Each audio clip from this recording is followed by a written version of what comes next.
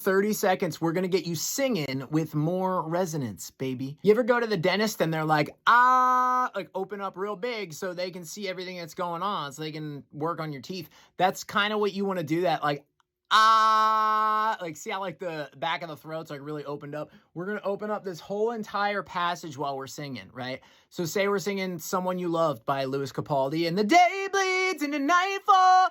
That's fine, but we want to open it up.